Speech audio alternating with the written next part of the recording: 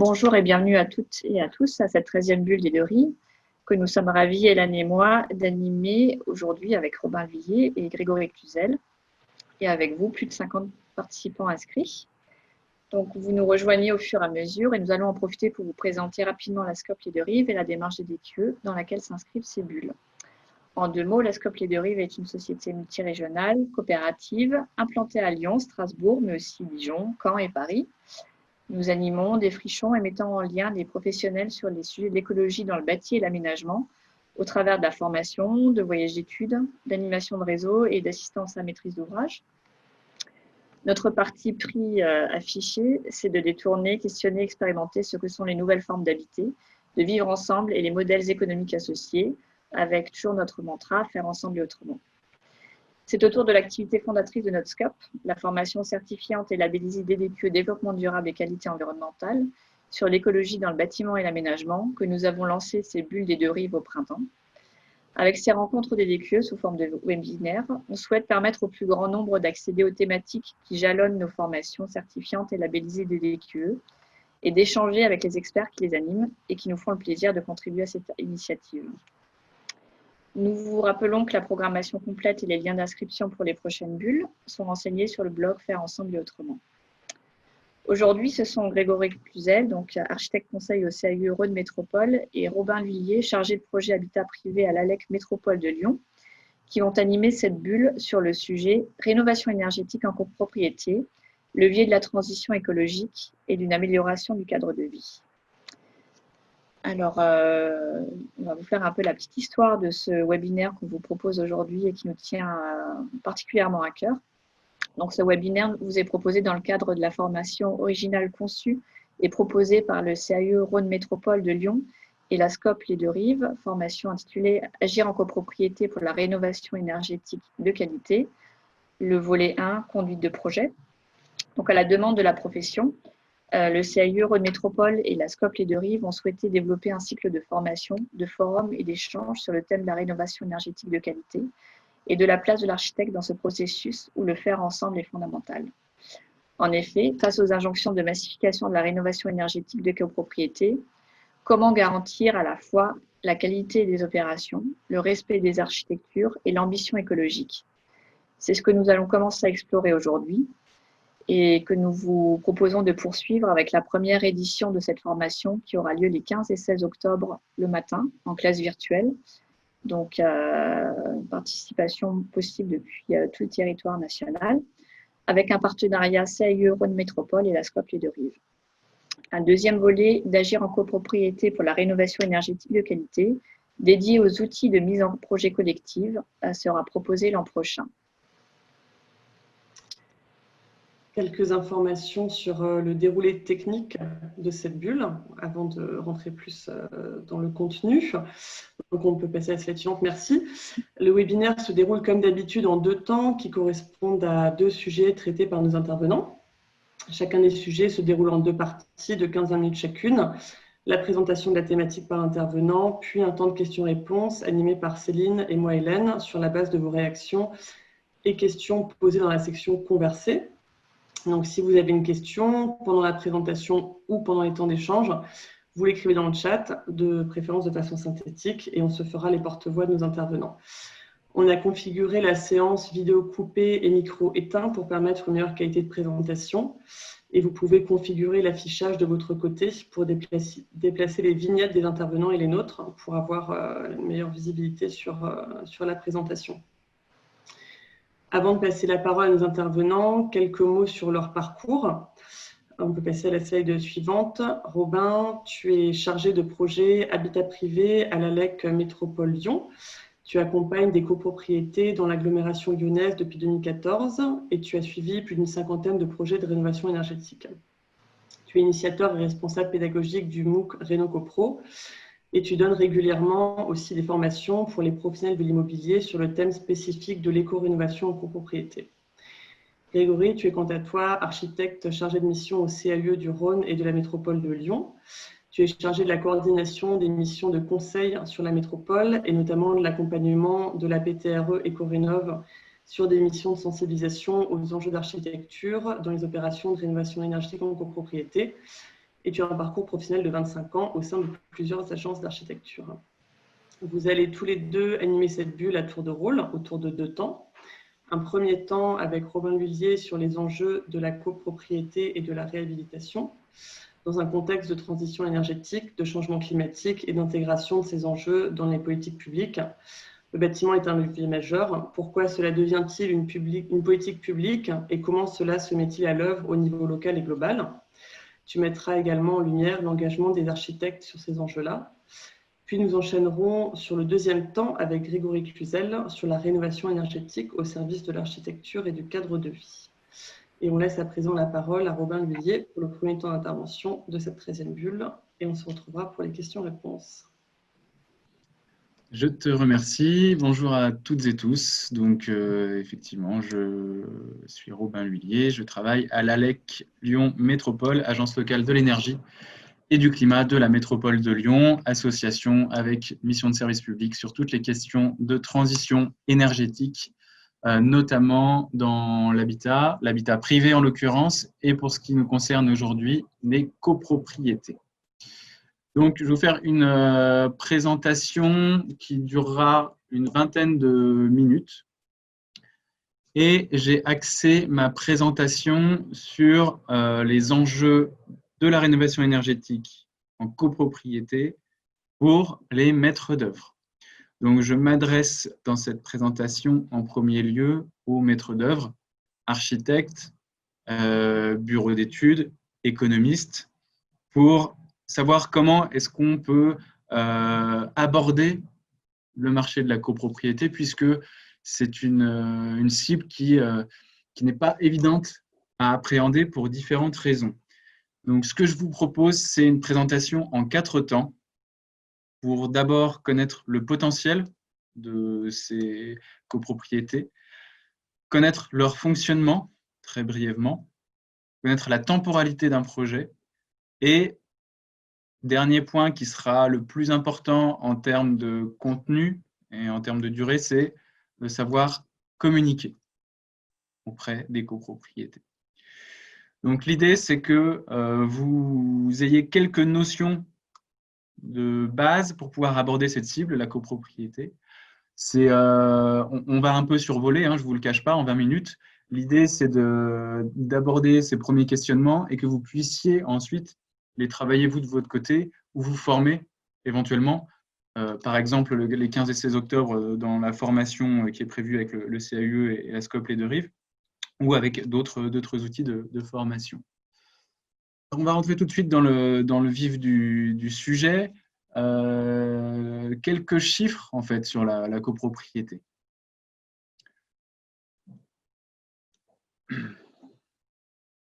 Déjà, les copropriétés, un quart des ménages en France vivent dans des copropriétés.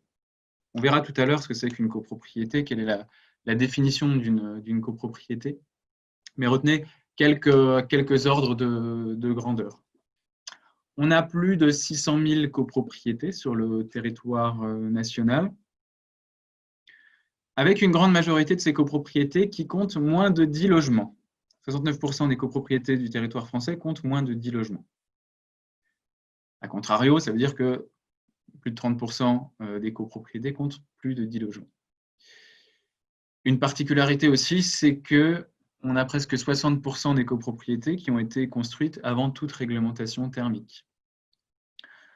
Donc on voit bien ici tout de suite l'enjeu, le côté massif de ces présences d'immeubles en copropriété et l'enjeu énergétique, puisque une bonne partie d'entre elles sont construites avant la réglementation thermique. Alors, petite précision, visuellement de l'extérieur, vous voyez sur ces images, c'est difficile de distinguer une copropriété de ce qu'on appelle une monopropriété. Un bailleur social, par exemple, va être monopropriétaire d'un immeuble, alors qu'en copropriété, une des spécificités, c'est que chacun des appartements compte généralement un copropriétaire et l'ensemble de ces copropriétaires constitue la copropriété. Donc d'extérieur, d'un point de vue physique, une copropriété peut être exactement pareille qu'un immeuble d'un bailleur social, par exemple.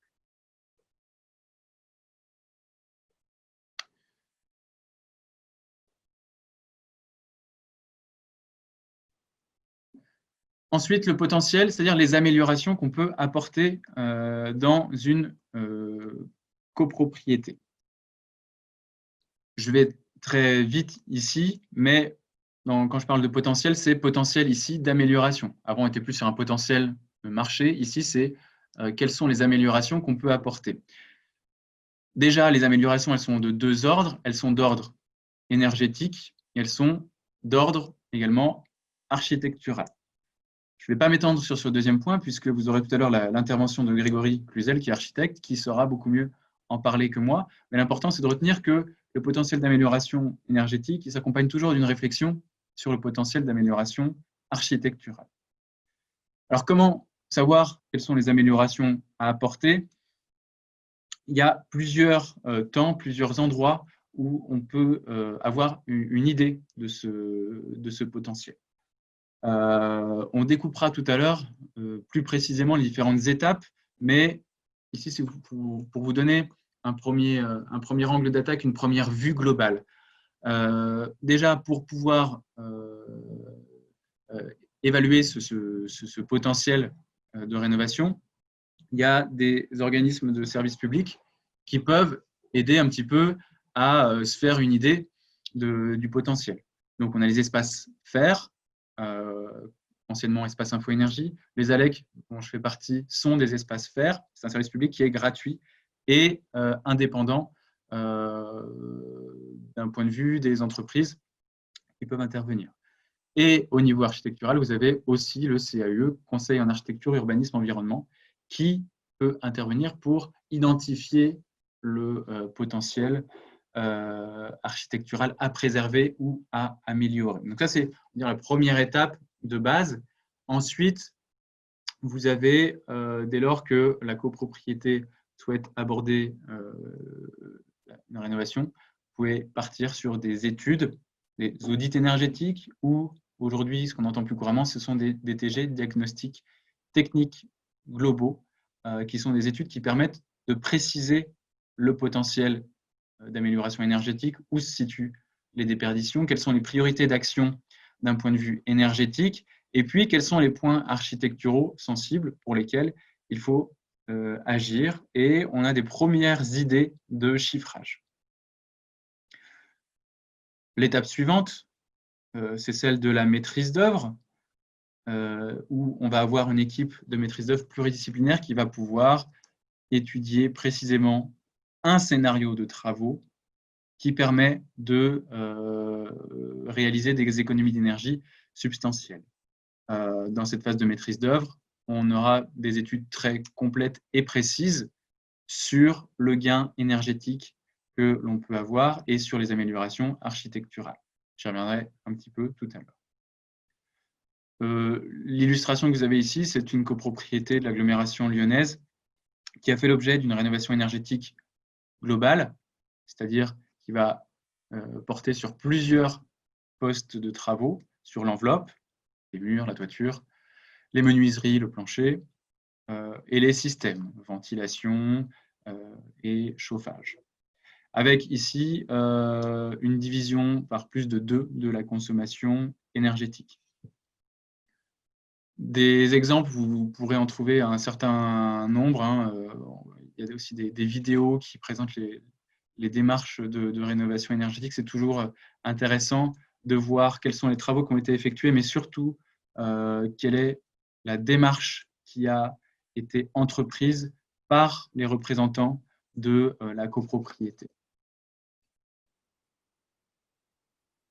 Alors, je reviens un petit peu en arrière, connaître un petit peu le fonctionnement d'une copropriété. Déjà, qu'est-ce qu'une copropriété? Une copropriété, ce n'est pas quelque chose qui est forcément évident. Si on prend une définition, une copropriété est l'organisation d'un ou plusieurs immeubles dont la propriété est répartie entre plusieurs personnes et divisée en lots. Concrètement, quand vous achetez un appartement, vous vous retrouvez avec d'autres personnes qui, elles aussi, ont acheté un appartement. Et il se trouve qu'ensemble, vous êtes propriétaire en commun d'un patrimoine, d'un immeuble. Tous les copropriétaires ne sont pas forcément au courant, enfin ils sont censés l'être, mais pas forcément conscients qu'ils sont aussi propriétaires d'une part, d'un tout qui est une copro, qui peut être plusieurs immeubles d'ailleurs. Retenez sur la copropriété, ce qui encadre, d'un point de vue législatif, la copropriété, c'est une loi, la loi du 10 juillet 1965. Ça paraît ancien comme ça, effectivement. Néanmoins, cette loi, il faut savoir qu'elle est réactualisée à chaque fois qu'une nouvelle loi est prise. Par exemple, vous avez des dispositions de la loi Allure, de la loi Elan, qui sont intégrées à cette loi du 10 juillet 65. Donc, c'est un petit peu un code de la copropriété. Vous pouvez retrouver l'ensemble des textes relatifs à la copropriété. Je ne vais pas m'étendre sur les dispositions relatives à la copropriété. Par contre, je vais juste vous décrire un petit peu le jeu d'acteurs parce que un des premiers écueils quand on commence à travailler sur les copropriétés, c'est de se tromper en termes de vocabulaire parce que les termes se ressemblent et en fait ça recouvre des réalités qui sont totalement différentes. Donc attention, déjà une chose à retenir ici, c'est de ne pas se tromper dans le vocabulaire. Alors, quand on parle d'une copropriété, en réalité, d'un point de vue juridique, on parle d'un syndicat de copropriétaires. Le syndicat de copropriétaires, c'est l'entité juridique qui compose la copropriété, qui est constituée de l'ensemble des copropriétaires. Attention, il ne faut pas confondre le syndicat avec le syndic. Le syndic, c'est une personne morale ou physique qui va gérer la copropriété. Dans 90% des cas, c'est un professionnel de l'immobilier qui est attaché à une agence immobilière. Donc syndic et syndicat, ce ne sont pas la même chose. Le syndic est un mandataire du syndicat. Ensuite, vous avez un autre acteur important qui est le conseil syndical. Là encore, c'est différent du syndicat, c'est différent du syndic. Le conseil syndical est composé de copropriétaires qui sont volontaires pour être bénévoles dans leur immeuble pour entreprendre des actions. Donc généralement, si vous travaillez avec des copropriétés, vous avez affaire à la fois au conseil syndical et au syndic, et ponctuellement à l'ensemble du syndicat des copropriétaires réunis en assemblée générale, une fois par an ou un petit peu plus dans certains projets. Donc le syndicat, c'est l'ensemble des copropriétaires, le syndic, c'est un mandataire du syndicat, et le conseil syndical, ce sont des copropriétaires qui s'engagent bénévolement pour participer à la vie de la copropriété.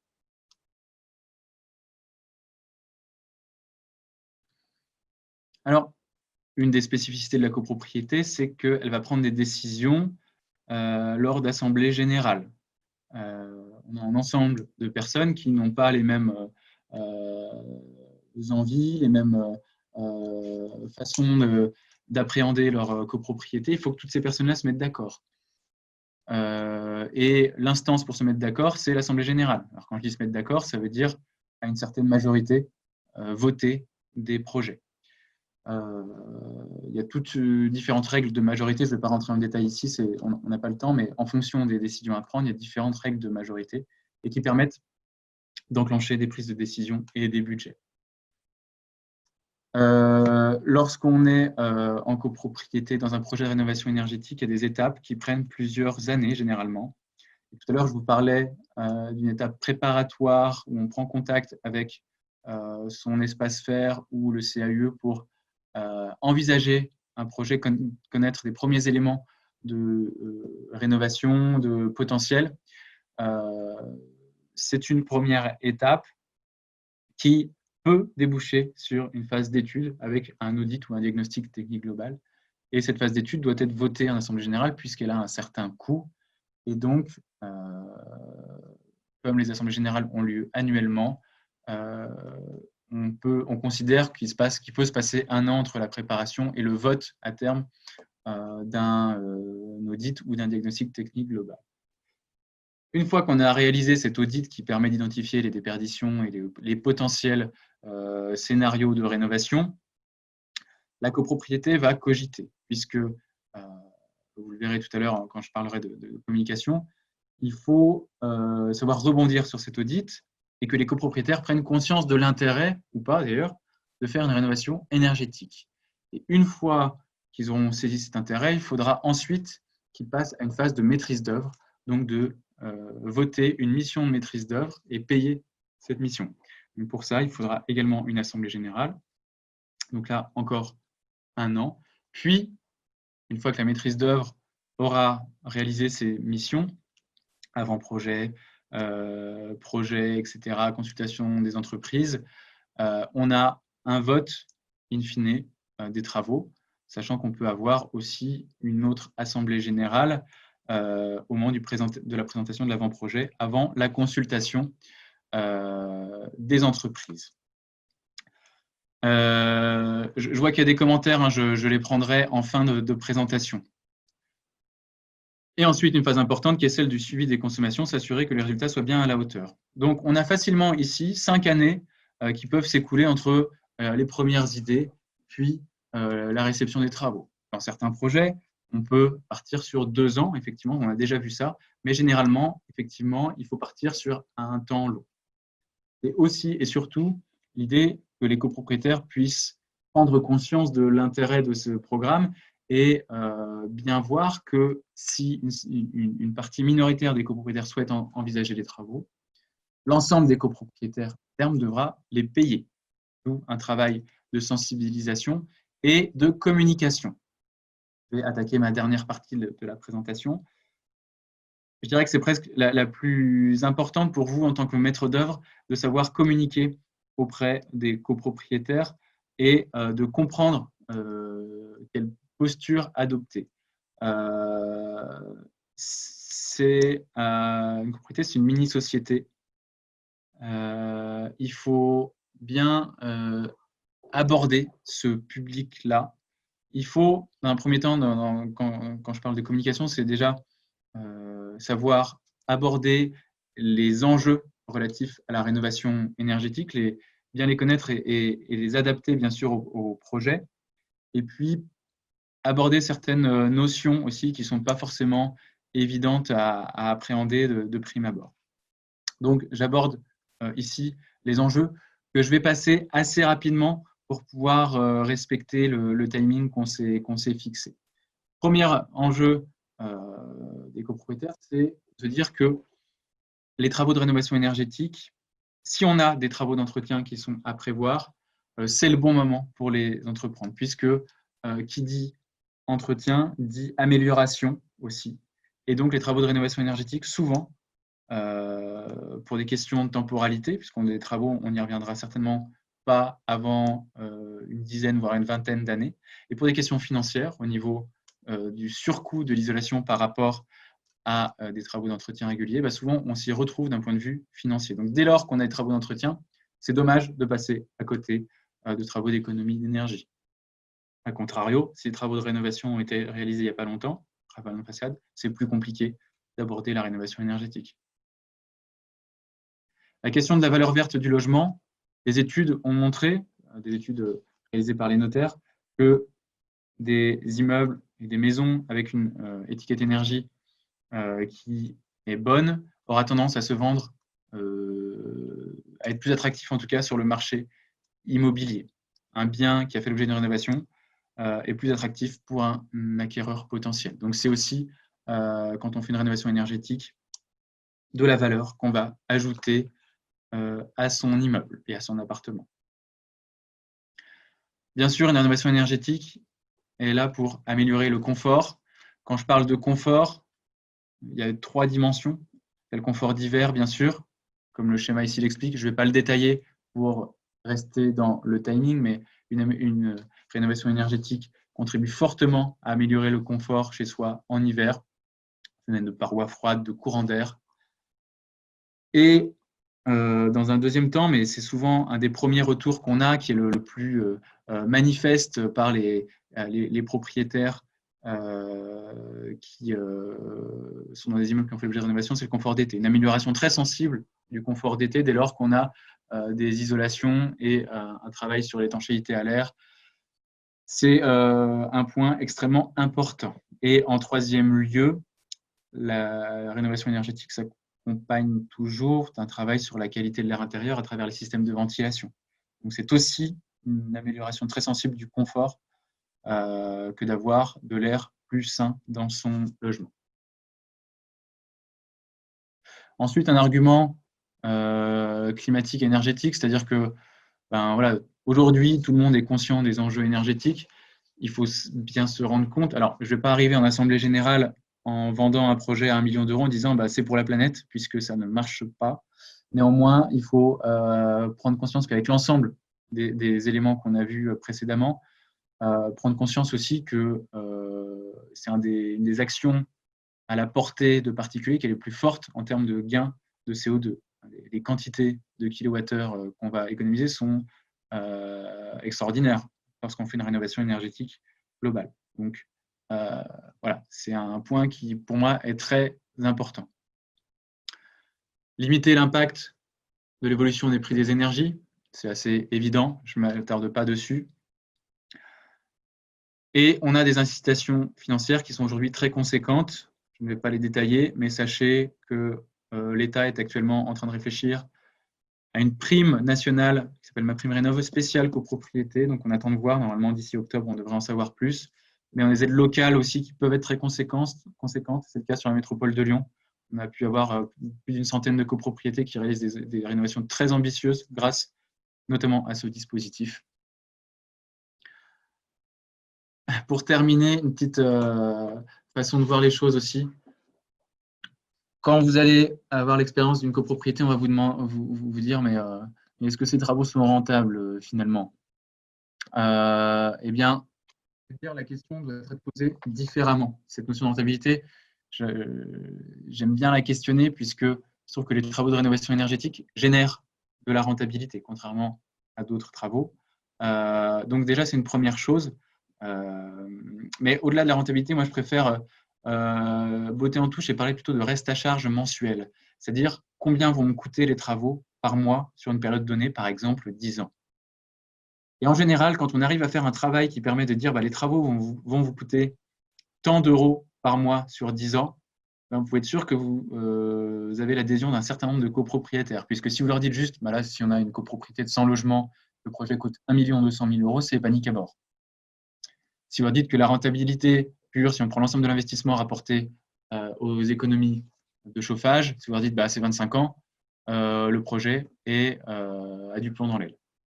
Par contre, si vous leur dites le projet, si vous le rapportez, c'est 5 millions, 1 200 000, rapportez à votre logement, et 12 000 euros de quote-part sur 10 ans, mais c'est 100 euros par mois, déjà, c'est autre chose. Et maintenant, si on retranche les aides financières qu'on va toucher, dans ce cas-là, c'est un cas fictif, mais c'est des ordres de grandeur qu'on retrouve. Si on est sur du 60 euros par mois, là encore 60 euros par mois sur 10 ans pour avoir un immeuble qui est plus confortable, qui a plus de valeur sur le marché immobilier, faire un geste fort pour l'environnement, est-ce que je peux le faire? Là, tout de suite, vous avez une appréhension du projet qui va changer. Donc ça, c'est le travail qu'on appelle d'ingénierie financière. Et aujourd'hui, c'est important que dans les équipes de maîtrise d'œuvre, vous puissiez au moins avoir un premier discours sur comment est-ce qu'on va aborder cette question de l'ingénierie financière. Il y a des entreprises qui font spécifiquement de l'ingénierie financière, mais c'est bien aussi de pouvoir déblayer le terrain dans votre équipe de maîtrise d'œuvre. Voilà, je suis allé assez vite, j'en ai conscience, mais je voulais respecter le timing, sachant que c'est une première approche. Il y a plein de choses pour aller plus loin. Il y a cette formation dont on a déjà parlé, qui a lieu les 15 et 16 octobre à Lyon, organisée par le CEE et la Scope Les Deux Rives, qui sera à distance, donc pas forcément besoin d'aller à Lyon. Le MOOC Réno CoPro, c'est une formation en ligne à laquelle j'ai participé, qui reprend toutes les étapes de la rénovation énergétique en copropriété. Vous pouvez d'ores et déjà vous inscrire sur le site.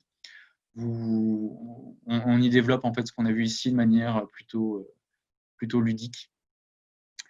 Je ne vais pas m'attarder plus sur ces points. Je vous propose de répondre d'ores et déjà à vos questions. Donc les questions, vous les posez par écrit Et ensuite, Hélène et Céline vont me les rapporter. Donc, prenons un petit temps pour discuter. J'ai vu passer des commentaires, je n'ai pas pris le temps de les lire. Donc, voilà, je peux apporter des précisions.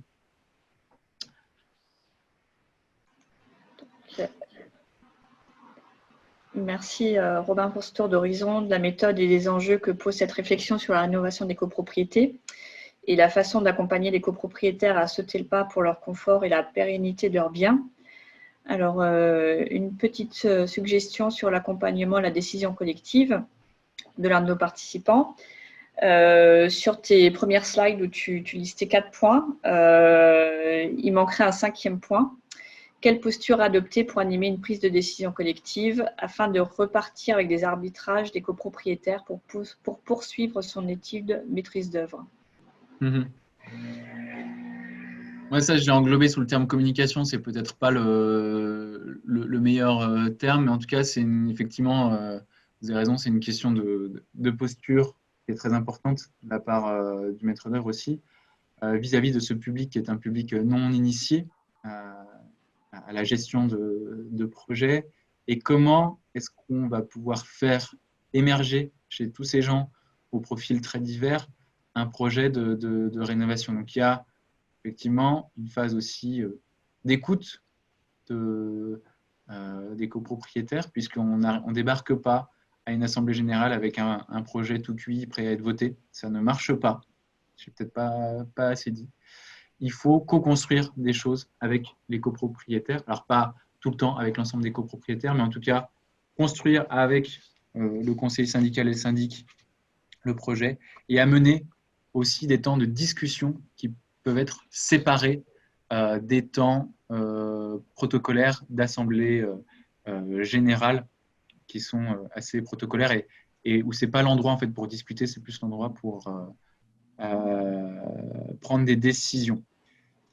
Donc, il y a aussi des acteurs professionnels qui s'occupent de ce travail-là, des AMO, des accompagnateurs, qui sont justement spécialisés dans la dynamique au sein des copropriétés pour accompagner les syndics et les maîtres d'œuvre dans ces phases qui ne sont pas forcément évidentes.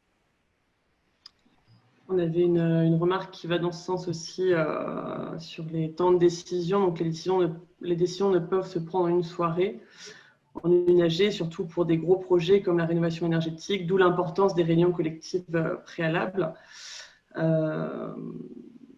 Voire moins d'1 an pour voter les travaux si nous adoptons une posture AMU pour écouter les copropriétaires. Et une suggestion de former et d'informer les syndicats de copro qui sont souvent largués et dépassés par les événements sur ces sujets-là. Oui, 1 an pour voter les travaux, mais je ne l'ai jamais vu, mais pourquoi pas. Après, techniquement, si on met des AG extraordinaires et des réunions entre-temps, pourquoi pas. Mais en copropriété, encore une fois, ça peut être compliqué. Qu'est-ce que je voulais dire? Oui, il y avait une remarque effectivement sur la formation des syndics de copropriété, donc les professionnels. Vous savez, dans le petit schéma, hein, les syndics, ce sont dans 90% des cas des professionnels de l'immobilier qui gèrent un parc de copropriété. Ils en ont entre 30 et 50 copropriétés dans leur parc et ils gèrent tous ces immeubles. Aujourd'hui, j'ai envie de dire, il y a quand même une vraie montée en compétence des syndics sur les questions. Ça va avec le nombre de projets croissant. Et puis, c'est aussi dans l'intérêt de leur métier d'être moteur sur ces questions de rénovation énergétique. Donc, la plupart des groupes immobiliers l'ont compris. Hein. Nous, on assure régulièrement des formations pour des différents cabinets. Les fédérations, FNAIM, UNIS, également se sont emparés de ce sujet, de la formation à la rénovation énergétique. Et puis, ils se rendent bien compte qu'en termes de qualité clientèle, c'est hyper important, d'autant plus qu'aujourd'hui, il y a aussi des syndics discount uniquement en ligne qui émergent. Aujourd'hui, c'est une vraie plus-value pour un syndic de montrer qu'il sait gérer la question de la rénovation énergétique. Des remarques aussi sur toi, ton retour d'expérience par rapport à mission un peu d'accompagnant à l'ALEC. Donc à l'ALEC, vous êtes l'un des premiers interlocuteurs potentiels sur l'envie de rénover en copropriété. Comment sens-tu l'évolution de la demande sur la rénovation copropriété? Comment la rénovation énergétique est-elle perçue? Est-ce que c'est une demande exprimée ou c'est quelque chose que vous suscitez plus comme piste de réflexion? Et quid aussi des enjeux écologiques? Est-ce qu'ils sont effleurés par les copros à ce moment-là? Alors, il y a 5 ans, j'ai envie de dire, on avait 5 références, en tout cas pour ce qui nous concerne sur la métropole de Lyon. On avait à peu près 5 références d'immeubles rénovés et on recyclait un petit peu tout le temps ces références en disant, bah voilà, regardez, ils l'ont fait. Mais voilà, ça avait du mal à vraiment démarrer, dirons-nous.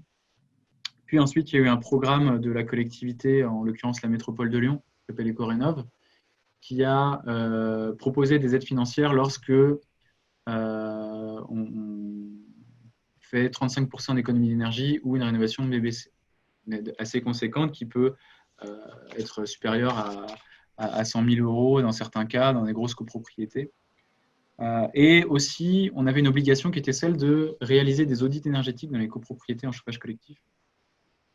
Donc, un certain nombre de copros recevaient ces audits, et dans ces audits, on avait des scénarios qui proposaient, par exemple, pour faire 35% d'économie d'énergie, combien ça me coûterait et quels sont les travaux que j'envisagerais.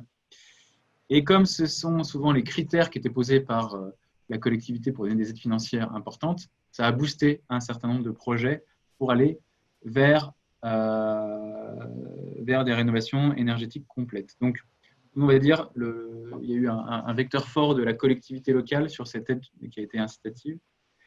Et il y a aussi la réglementation qui a évolué sur le fait que, dorénavant, lorsqu'on envisage un ravalement de façade, on doit envisager la question de l'isolation. Il y a un certain nombre d'exceptions, d'ordre notamment architectural en premier lieu. Mais du coup, ça a permis de faire évoluer les mentalités. Et les maîtres d'œuvre, notamment, se sont emparés vraiment de la question. Donc, il y a eu vraiment un décollage et puis la multiplication des références, de la communication qu'on peut en faire autour, puisque nous, notamment à l'ALEC, on fait visiter les rénovations performantes, fait que voilà, ça commence à discuter dans le voisinage. On se rend compte que la copropriété du bout de la rue, là, elle a fait une rénovation énergétique globale, puis c'est pas mal. Et de fil en aiguille, on a des personnes qui viennent nous voir en disant, voilà, moi, j'aimerais bien envisager quelque chose dans mon immeuble, comment je m'y prends. Donc, nous, à l'ALEC, notre posture, c'est une posture de tiers de confiance. On n'a rien à vendre aux copropriétés. Par contre, on leur explique quels sont les enjeux financiers, quels sont les enjeux architecturaux accompagnés du CAUE, et comment est-ce qu'il faut s'y prendre en termes de projet, qu'est-ce qu'on peut raisonnablement viser comme calendrier. Et ensuite, on va mettre en mouvement, entre guillemets, aider la copropriété à se mettre en mouvement dans une gestion de projet qui n'est pas en fait l'essence d'une copropriété, qui est plus dans, juridiquement, le fonctionnement d'une copro, c'est plus de la gestion routinière. L'idée, c'est de les transformer dans plus une gestion de projet. Donc nous, effectivement, on a eu vraiment une augmentation très, très sensible, non seulement des sollicitations, mais des transformations en vote de maîtrise d'œuvre et en vote in fine de travaux. Sur la métropole de Lyon, on a plus de 110 copropriétés qui ont réalisé des rénovations qui permettent de faire plus de 35% d'économie d'énergie ou d'atteindre le niveau BBC. Sachant que l'objectif de la métropole, c'est que ce chiffre soit maintenant presque réalisé annuellement, ce qui est très ambitieux. Et on a constaté quand même récemment un petit trou d'air sur la demande des copropriétés, puisque le dispositif de financement local prenant fin, voilà, il y a une petite hésitation de la part des copros à se lancer, mais là, ça va reprendre très rapidement. Ça répond aux questions qui étaient posées. Ça donne beaucoup d'éléments. Oui, une remarque sur les changements politiques qui sont intervenus lors des municipales de ce printemps. Par exemple, avec le nouvel exécutif et la métropole de Lyon, qu'est-ce que ça augure ou qu'est-ce que ça va changer pour la rénovation des copros, quid de la poursuite de EcoRénov' en 2022 ? Eh bien, il n'y a pas de grande surprise puisque la métropole avait adopté un document qui s'appelle le schéma directeur des énergies, qui est un peu un document de programmation sur le potentiel de rénovation. Et puis la rénovation énergétique, c'est un sujet qui est partagé par l'ensemble du spectre politique, tant pour ses vertus économiques que environnementales. Donc, il n'y a pas spécialement d'inquiétude. Maintenant, c'était sur savoir est-ce que les critères de l'aide allaient être modifiés ou pas. Aujourd'hui, on attend une délibération de la métropole de Lyon, mais en tout cas, le message que la métropole nous a adressé, c'est que le dispositif est plutôt pas mal calibré. Donc, il n'y aura pas d'évolution à la baisse. On aura plutôt des bonus sur certains points, mais l'essence de l'aide financière sera pas bougée. Donc, pas d'inquiétude. Et ils sont vraiment sur un objectif de massification. Je n'aime pas trop ce terme, mais en tout cas vraiment de développement fort de cette thématique. Donc, voilà, les perspectives sont bonnes. D'accord. Justement, on souhaitait rebondir sur ce terme de massification, mais là, tu l'as fait. Peut-être quelques petites remarques sur la vision globale coût et gain avant de passer à la deuxième partie. Donc, une remarque de l'un de nos participants, une façade seule n'a aucune rentabilité, alors que les surcoûts d'isolation permettent aides et gains de consommation. Les gains d'une rénovation globale vont de 30 à 60% réels. Une question, quels moyens pour garantir les gains théoriques calculés en audit pour assurer les copropriétaires? Et est-il possible d'avoir des chiffres pour objectiver le propos en termes de gains théoriques calculés en audit? Sur la première remarque sur le surcoût, effectivement, des travaux d'isolation, travaux d'économie d'énergie, il y a un certain nombre de dossiers où le surcoût des travaux d'isolation est couvert grandement par les aides financières aussi. Ça, c'est un élément à prendre en compte.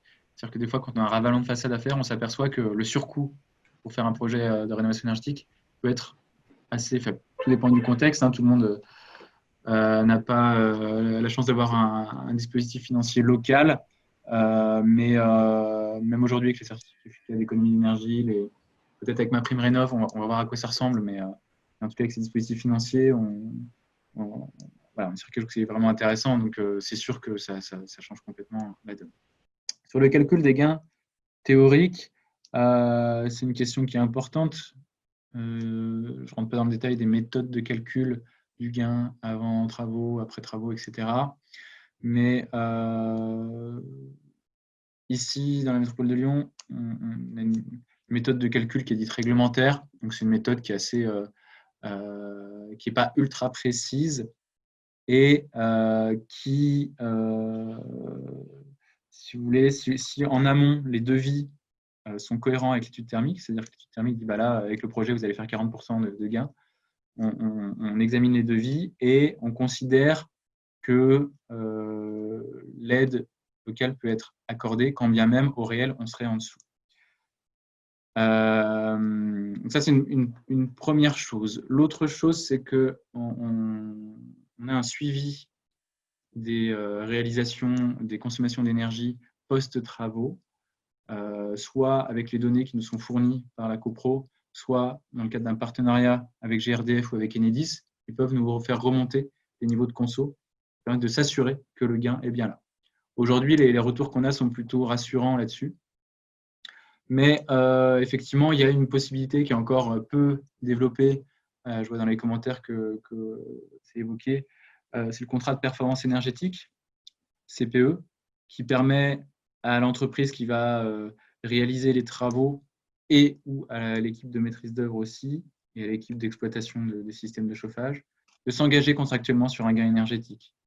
En amont, dire, là, écoutez, on va signer, je vous promets qu'après les travaux, vous allez faire 43% d'économie d'énergie, et si jamais ce n'est pas le cas, je vous paye. C'est intéressant comme montage. Maintenant, ça demande pas mal de travail en amont pour calibrer ce contrat de performance énergétique, tant au niveau technique que juridique. Mais ça peut être intéressant, surtout dans les gros ensembles immobiliers en chauffage collectif. C'est une possibilité qui reste rare pour l'instant. mais qui peut être intéressant lorsqu'on veut avoir un gain vraiment sûr et certain. Et une dernière question à ce propos. Est-ce qu'on va prévoir enfin une mission de vérification des gains en énergie après isolation? Comme je le disais, c'est-à-dire qu'on fait une vérification, mais qui n'est pas coercitive, entre guillemets, c'est-à-dire que si les gains ne sont pas à la hauteur, on ne va pas retirer le bénéfice de l'aide financière.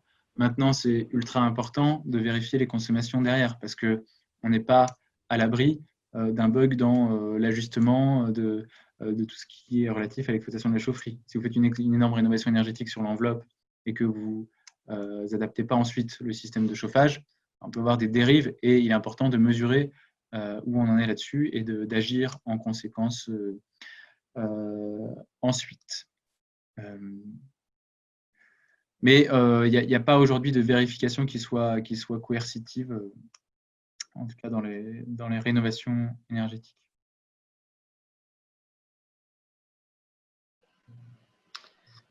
On avait une dernière remarque.